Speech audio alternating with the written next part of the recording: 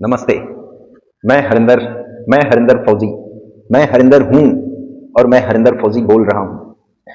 जब मैंने आपको दिखाया था कि जब छह जवान हमें मारने के लिए आते हैं और जब मैं रिपोर्ट करता हूं तो वही ब्रिगेडियर, वही कमांडिंग अफसर जो पहले जोर जोर से चिल्लाते थे, बोला ऐसा कुछ नहीं है, ये तुम्हारी मनगढ़ंत कहानियां हैं, तुम इस तरीके से बात कर रहे हो, तुम्हारी ये तुम अपने हिसाब से बातें चला रहे हो, तमाम पता नहीं क्या क्या बातें कर रहे हो। जब मैं उनको दोबारा जब उनको पकड़ करके जब रिपोर्ट करता हूं तो उनकी बोलती बंद हो जाती है, उनके पसीने छूट जाते हैं, उनको बोली नहीं आती। इसमें तो एक ये था कि बोली तो छोड़ दो, किस तरीके से झल्लाती हैं वहां की जो हमारी कमांडिंग अफसर होती हैं, किस तरीके से वो झल्लाती हैं, मैं आपको वही सुनाना चाहता हूं। उसके बाद जो ब्रिगेडियर होते हैं वो फोन तक नहीं उठाते हैं, उनके इतने पसीने छूट जाते हैं कि वो फोन ना उठा पाते हैं।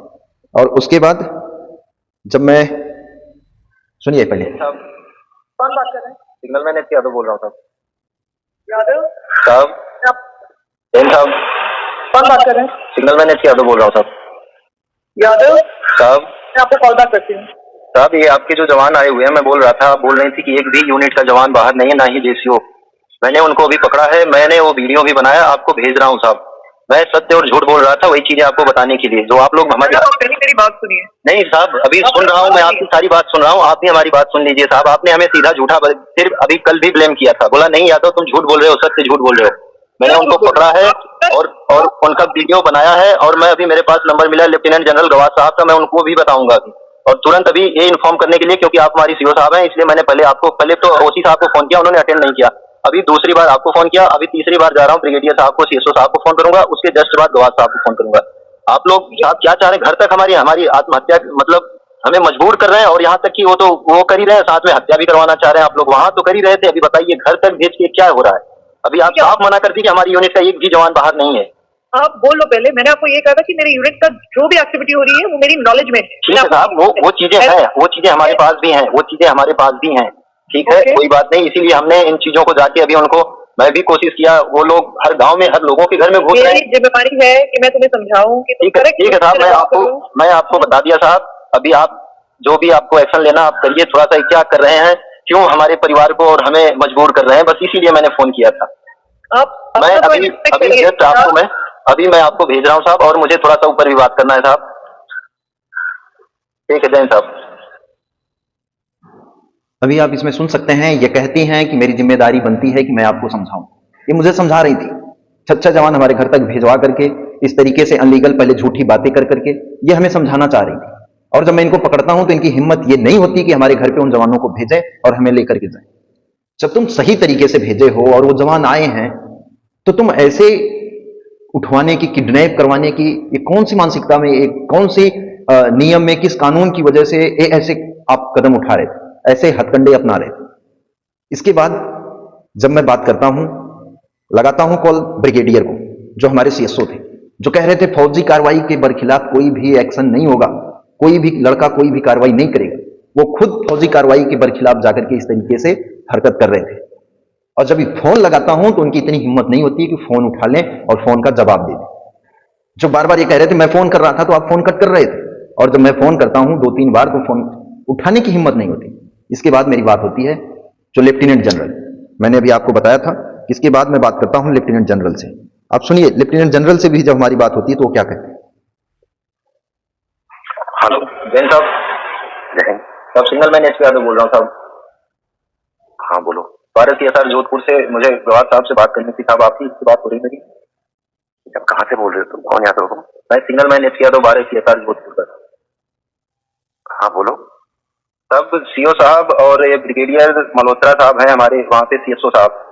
हाँ साहब, हमारी हत्या कराना चाह रहे हैं ये लोग। ड्यूटी पे होते हुए भी जवानों को हमारे घर पे भेजा हुआ है। एक जेसीओ सूबेदार जुगल किशोर साहब हैं, और उनके साथ 5 जवान हैं, जो लोग आज पिछले 10 दिन से लगभग मेरे घर के आसपास अनलीगल तरीके से घूम रहे हैं। यहाँ तक कि एक दिन मेरे घर पे भी आए थे, मेरी माँ को ये लोग बहुत सारी धमकियां दिए। मैंने सीओ साहब से भी बात किया, ब्रिगेडियर साहब से भी बात किया, तो इन लोगों ने हमें बताया कि यादव तुम झूठ बोल रहे हो, ऐसा कोई भी जवान हमारी यूनिट से बाहर नहीं है, और कोई भी, सब हमारे नजरों में है। जो आज जिनको मैं पकड़ा हूँ यहाँ जलालपुर हमारे यहीं पे बगल में, जिनको मैं आज जाके पकड़ा हूँ, उसका मैं वीडियो भी बनाया हूँ, मैं आपको साहब सेंड कर रहा हूँ। कौन हो तुम, क्या तुम्हारा नाम नंबर है, क्या ट्रेड है? साहब मेरा नंबर है 15746097 November. Signal man HK Yadav, TTC trade है साहब मेरा। मैं 12 सर्विस हो गई है। हाँ, कितनी सर्विस हो गई तुम्हारी? 7 साल साहब। ओके। तो क्यों तुम्हें क्यों परेशान करना चाहेंगे? साहब परेशान इसलिए करना चाहेंगे कि वहाँ पे इससे पहले OTTR में कुछ घटनाएं हुई थी हमारे साथ, जो लिखित में मैंने सबको दिया था, जिसकी कोई जांच नहीं कराएगी साहब। तो मैंने अपना त्याग पत्र अपना भेज दिया स्पीड पोस्ट। सर मैं नहीं कर सकता, अगर उन सब चीजों की जांच नहीं हो सकती। इन लोगों ने मेरी जान से भी मारने की कोशिश की थी, इसके लिए मैं जान बचा के वहां से भाग कर आया था OTTR से। इन लोगों ने को बताया था पहले भी, इन लोगों ने उस पर कोई जांच नहीं कराया, उन चीजों को दबाते ही रहे, जिसके लिए मैंने अपना त्याग पत्र भी भेजा था। तो फिर इन लोगों ने अभी मेरे घर तक जवानों को भेजा है, DSO को और जवान के। गाँव पे? गाँव में या गाँव में कि इधर जोधपुर में? नहीं साहब, अभी मैं अपने गाँव पे हूँ, अपने घर पे हूँ, और वहां से लोग मेरे घर तक आए हैं, और मैंने यहाँ पे अपने यहीं पे इनको मार्केट में पकड़ा हूँ। ये लोग आज पिछले 10 दिन से इधर घूम रहे हैं।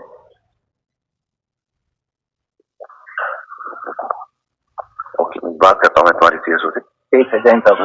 ओके, जय हिंद साहब। ठीक है, फोन रख देते हैं कि ठीक है, मैं आप तुम्हारे CSO से बात करता हूँ। और बात करने के बाद क्या रिजल्ट आता है उसके बाद हम तमाम फोन करते हैं, लेकिन सारों की बोलती बंद हो जाती है।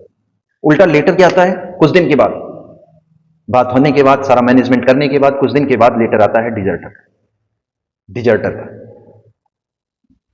तो उसके बारे में भी मैं आप लोगों से बात करूंगा, क्योंकि ये बात हमारी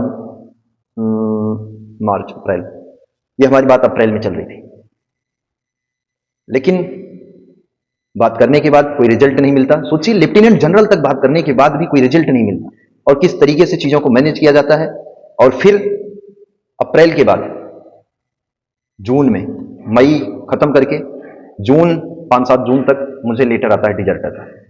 तो अब इसके बारे में मैं आगे आपसे बात करूंगा, अगले वीडियो में बताऊंगा, क्योंकि इतने लंबे हो जाते हैं वीडियो तो इसको अपलोड भी करने में दिक्कतें आती हैं, और किसी के पास इतना समय नहीं होता कि कोई इस पे इतना ध्यान दे, कोई इतना ज़्यादा समय दे, इतना ज़्यादा सुने। तो मैं इसलिए अगले वीडियो में फिर इसके आगे बताऊंगा कि उसके बाद क्या होता है।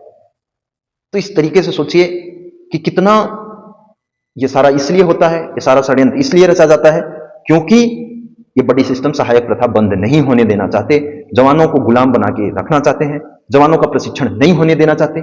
जवानों की जो सिखलाई अगर वो सीख लेगा, वो पढ़ लेगा, वो ट्रेंड सोल्जर होगा, तो इनकी गुलामी नहीं करेगा, वो गलत को गलत कहने की उसके अंदर हिम्मत होगी। इसलिए उनको अनपढ़ रख करके, उनका ट्रेड न करा करके, उन्हें इस तरीके का बोला जाता है, इस तरीके से बर्ताव किया जाता है। बोला जब लड़ाई लगेगी तब की तब देखी जाएगी, तुम यही गुलामी करने के लिए हो, तुम हमारी यही बूट पालिश करने, कुत्ते घुमाने और यही झाड़ू पोछा करने के लिए तुम हो, तुम्हें लड़ाई लड़ने के लिए नहीं भर्ती किया गया। लेकिन ये जिस दिन जरूरत पड़ेगी, जिस दिन जवानों की जरूरत होगी देश को, उस दिन समझ में आएगा अधिकारियों को भी और हमारे देश के इन तमाम बड़ी बड़ी नेताओं को कि भारतीय सेना के जवानों को सेना में किस लिए रखा गया। यही बूट पालिश करने के लिए, कुत्ते घुमाने के लिए, इनके बच्चों की देखभाल करने के लिए, इनके बक्से उठाने के लिए, इनके चुना गेरू करने के लिए, या देश की हिफाजत के लिए। देश को जिस दिन जरूरत हो उस दिन अपना सब कुछ देने के लिए, ये उस दिन सबको समझ में आएगा, उस दिन सबको सूझेगा।